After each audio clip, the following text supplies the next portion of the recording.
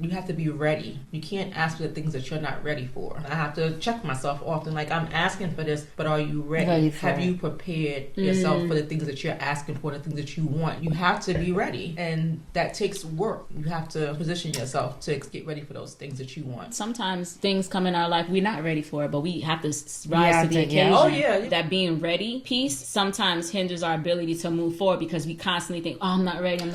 I'm not saying, like, everything has to be in place. The things that you're asking for, I'm saying be prepared to receive those things. Yes. That comes with not being afraid. Why do I have to tone down myself when no one else is doing it? Because society ain't ready.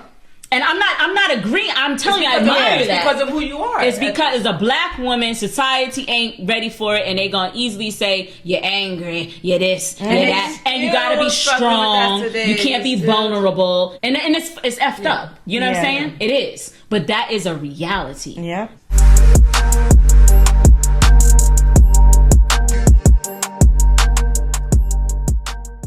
How do we create the life we want to live? How do we do that? Where to do that at? I'm struggling with that. Okay. And I realized that I've been scared all this time. Let's talk about that. Let's unpack that. What do you mean scared? Prior to the house, I was always confident in what I wanted to do and what I wanted to accomplish. When I lost the house and everything that came with it, when I was dealing with a personal issue, family issue, it kind of dimmed my light, so to speak. And now I've been more cautious, a little bit too cautious now, to the point of I need to get out of my head. Because I'll start hyping myself up, saying I'm going to do this, I'm going to do that. Then I'm analyzing and reanalyzing everything that could go wrong versus looking at the pros. Yeah. And I need to get out of that. So now I'm just back to just putting my notes together, looking at what could be potentially good. And right now I'm going through some personal things now that's making me realize I really don't want to work for corporate America anymore. I don't want to work for anyone else. I'm really trying to situate myself to be my own boss. So that's a part of creating the life you want to live. Yes. That's a part of it. So that's all a part of it. Yeah.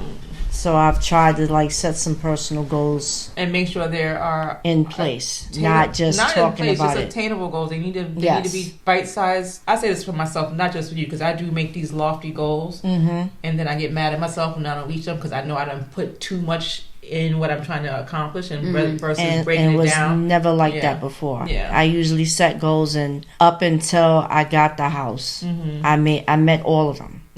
Now I'm just questioning everything. Well, you have to honor that. You have to sit in that. You have to honor that. You set out to do something. You got it done. The end result didn't end where you wanted it to end, but at the end of the day, you set out to do something and you got it done, and you got to honor that. I'm proud of myself for it. Very important to do that.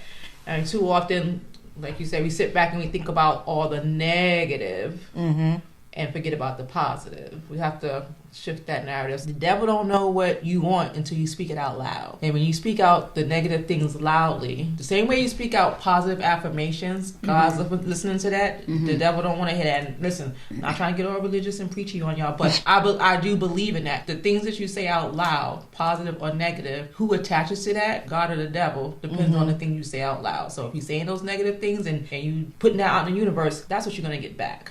I think you have to flip that around. I'm not saying don't think about the opposite outcome of what you want to attain, because you have to have, I'm one for a backup plan. Have to have a backup plan, but talk about the positive stuff more. I don't want failure anymore. Nobody. I don't think maybe you don't look at it as failure. Maybe it's the way you look at it, right? It's about. I don't look at it as failure anymore, and for a long time I did. That's a plus. That's a sign of progression, because creating a life that you want to live is about, you have to have that positive mindset, right? But before you even get there, I think it's about making sure that you love on yourself enough to make sure you're worthy of having that life. What will happen is if we don't big ourselves up and really believe that we are entitled to worth it. An exceptional life and a deserving life. What happens is the moment we face some sort of tragedy or something that happens, we will then scale back and be like, it's okay. We'll start settling.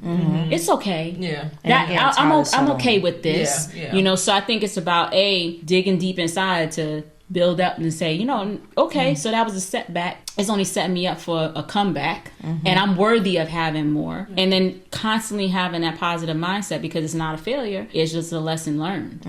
And that builds your character. And that's also setting you up to bigger things, because you went through that. You have to be ready. You can't ask for the things that you're not ready for. I've done it. I do it sometimes today still sometimes, and I have to check myself often. Like, I'm asking for this, but are you ready? Have you prepared yourself for the things that you're asking for, the things that you want? You have to be ready, and that takes work. You have to position yourself to get ready for those things that you want. But I also challenge that a little bit, because it's like sometimes things come in our life we're not ready for it, but we have to rise to the occasion. Oh yeah, for sure. So that being ready piece, it sometimes hinders our ability to move forward, because we constantly think, oh, I'm not ready. Yes, and when I say that, when I say be ready, I'm not saying like everything has to be in place. When I say be ready, be prepared. Like you said, sometimes we're not prepared for the things that come to us, and we have to rise to the occasion. The things that you're asking for, I'm saying be prepared to receive those things. Yes. That comes with not being afraid. And Absolutely. that's what but fear is a part is. of it. Like, fear, there's an acronym for fear. False evidence appearing as real. False evidence appearing as real. Yeah. And that's what it is. Think about it. You fearing something that you don't even know that could happen. Yeah. So you don't know what's on that other side. It's false. Of it, yeah. We feel it. We're like, it could happen. Yeah. You know, but and that's that backup plan thing. Yeah, this is like, okay, this is what I want, and this is how I'm hoping to achieve that, but if that doesn't work in that way, and we're constantly getting off of our paths, constantly having to pivot all the time. So there's nothing wrong with that. So don't always look at it as failure. Look at it as you having to shift and move in the new direction. I know what the backup plan is. Going back to work. And I don't want to go back. I want to be my own boss. So even if you have to go back to work. So I have to push temporary. through this. No, you absolutely 100% push through this. But don't look at if you had to take a job that's going to be a setback, because it sometimes that can I need to live regardless. That's to get you to where you're trying to get. Yeah, I know that. So look at it that way. Don't look at it as, oh, I gotta go back to work. No. Okay, I gotta go back to work for a split second, because I got this thing over here that I'm working towards, and I'm gonna get that shit. Sometimes we at least I know this is something I've done recently within the last few years, where I'll set a goal.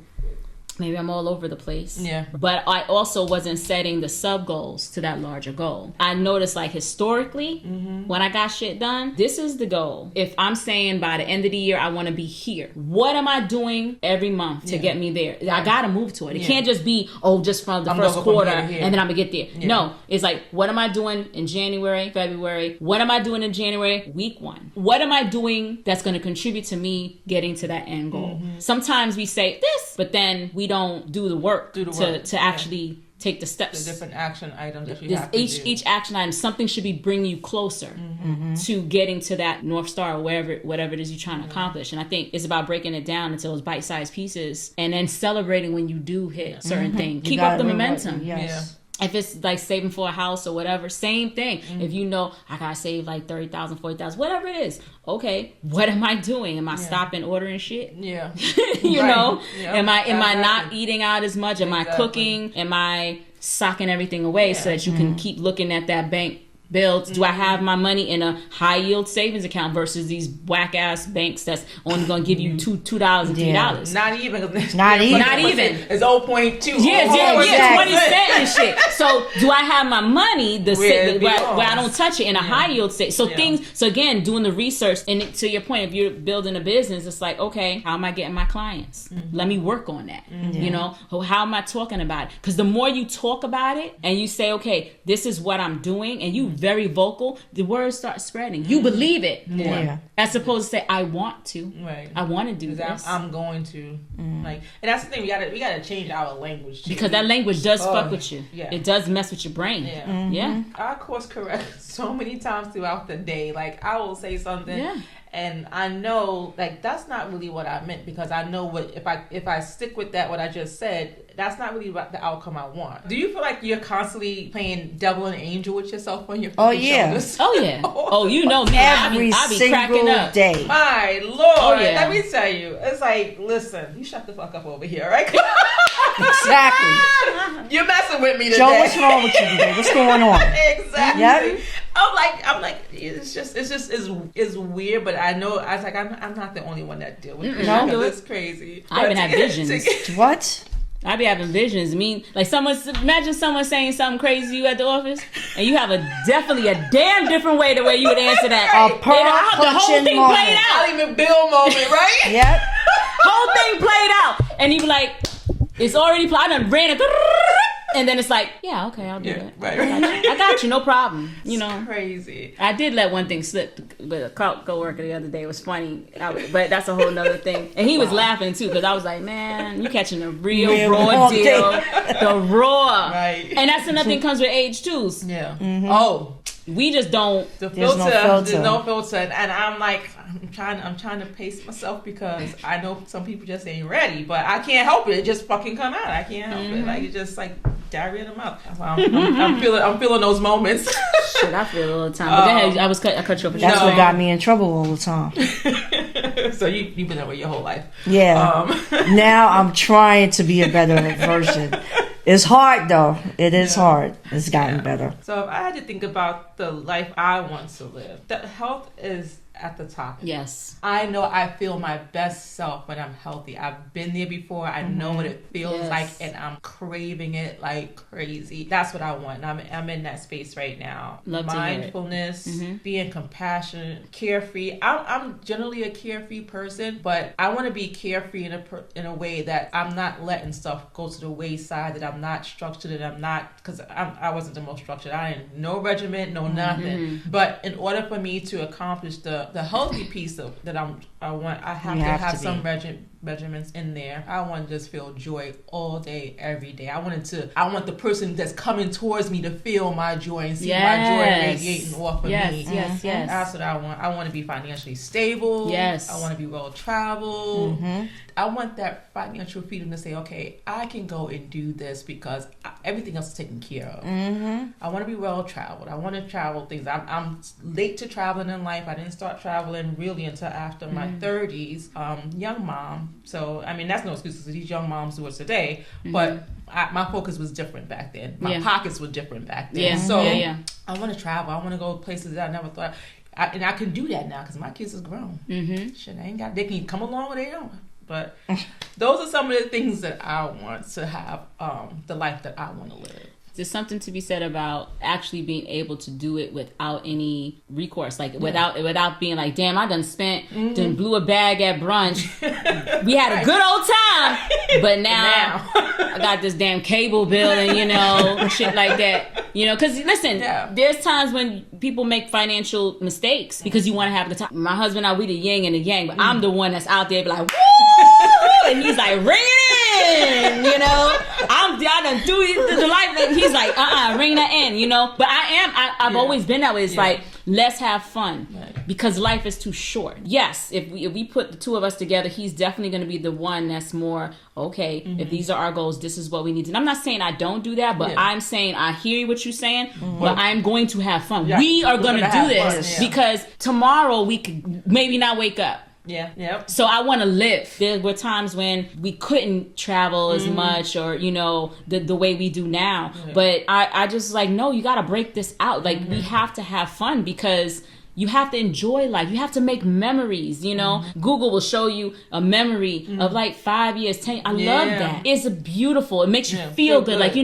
did that. Yep. And that's why I'm a huge advocate of taking pictures, even when you feel like you don't look your best, because I guarantee you 5 years from now, or 10 or 20, when you're getting a little bit of wrinkles, maybe you didn't do your Botox, I don't know, you didn't get your fillers, I don't know if that's your thing, but you might look at your face when you was there and you thought you didn't look good, or you thought you was too fat, or you thought the circumference around your waist was a little wide, and you look at yourself now and you're like, hang on a second now, I got these wrinkles, or I got, so I love but seeing you'll feel good about those wrinkles when you know that you live. Yes, absolutely. You live. So I'm all about, I just want to do the things I want to do. But where I used to struggle with is being my true self. I know that, like, for work, I'm a different person than I am with y'all, you know.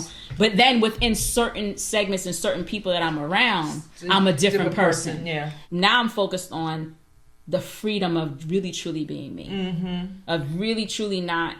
I don't want to conform to societal pressures of what I should look like and should my hair should be or whatever. Yeah. I want to be able to be comfortable enough to give to the world, because who I am is a treasure, and that could be a blessing to someone else if I'm really being myself. Right. Fuck that shit. No, seriously. Yeah. So it's true. But I also know, and this is crazy to say, but I also know if we take the corporate aspect into it, if I were to be myself 20 years ago, I would not have been, especially back then. Things are slightly different, not by much, but you still got to be teetering on for corporate America. Yeah. But it's much better than what it was. For sure. But what did you say? She said for sure. I thought you said something else. I'm sorry, child. No, but I think if I were to reveal the true person, no, I would not have been able to climb that ladder. Not to the magnitude of where I'm at. No, absolutely not. So we couldn't. I mean, we couldn't anyways. You just couldn't. No, that's not the way it was. Now and it's still things stacked up against us. Yeah. But now it's like, man, you're gonna get what you get.